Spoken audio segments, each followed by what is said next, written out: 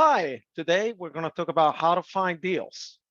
So, when you're trying to sell, you always want to have maximum exposure and maximum competition for prices and buyers. But when you're trying to buy, the key is an inefficient market where you're trying to find a distressed seller.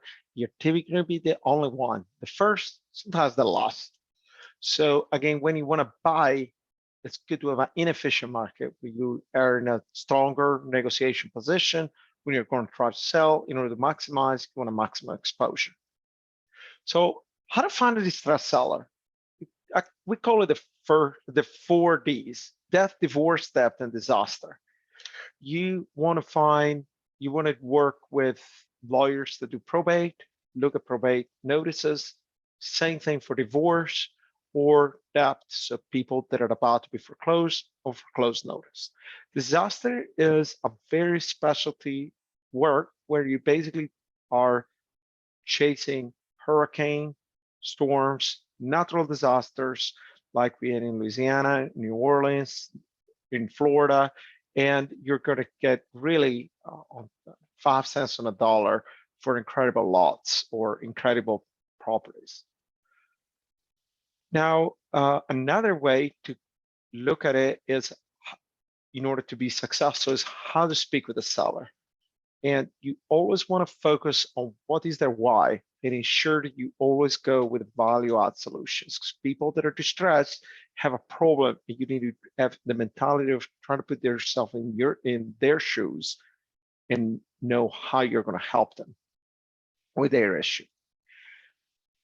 Another angle is to look at distressed properties. So the properties looking through tax liens, driving for dollars. So you basically take a subset of a zip code and you drive on every street and look at properties that just look bad. And typically they have a story behind, and typically a story where you can solve a problem. You can be very successful at networking with insurance agents to look at the insurance claims where you have, especially in cases of total losses, where the insured seller will take a fat check from the insurance, practically rebuying their house, but they still own the lot.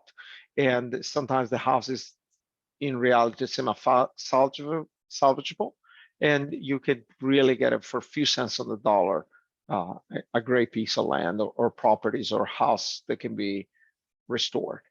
You can also be in contact with HOAs. HOAs do not like to sue and go through a formal foreclosure process, but they will love to work with you in order to work with this with the property owner is in trouble, might not have the money to upkeep it, might not have the money to pay the dues, and therefore is in trouble. And again, you're offering a solution to the HOA and to the property owner.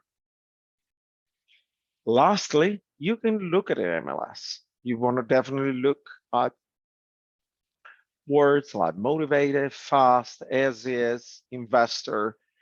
You really need to move extremely fast with the MLS. It's the only 2 properties I bought on the MLS were properties where I was at the property within a couple of hours from when the ad came out, and I was ready with the contract and the earnest money check.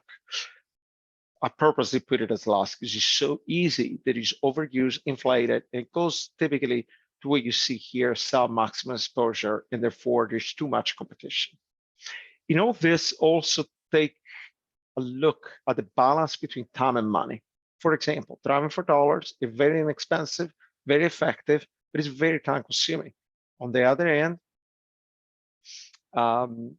buying lists of pre-selected properties, there's tax liens, and maybe an assistant that makes some calls for you can be a solution. So you have several ways to balance time and money, and you want to really go deep and become specialized in 1 or 2 bullets that you see on this page. Do not try to make it all. This brings you now to the next point. Now you finally are to the seller.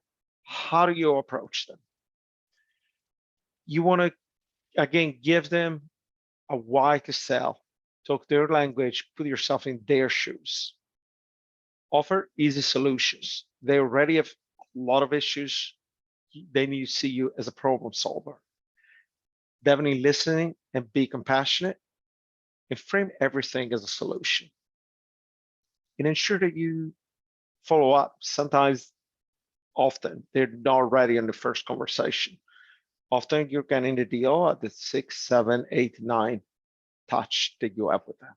On the other end, do not do too persistent. Especially when you talk, don't be too pushy.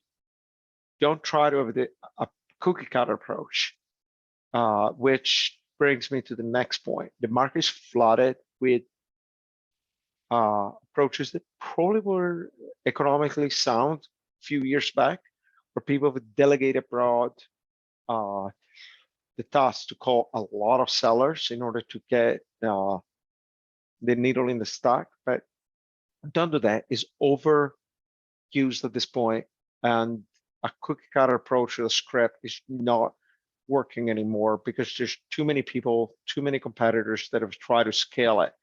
And now it's time to go back and really have that personal touch that will make the whole difference.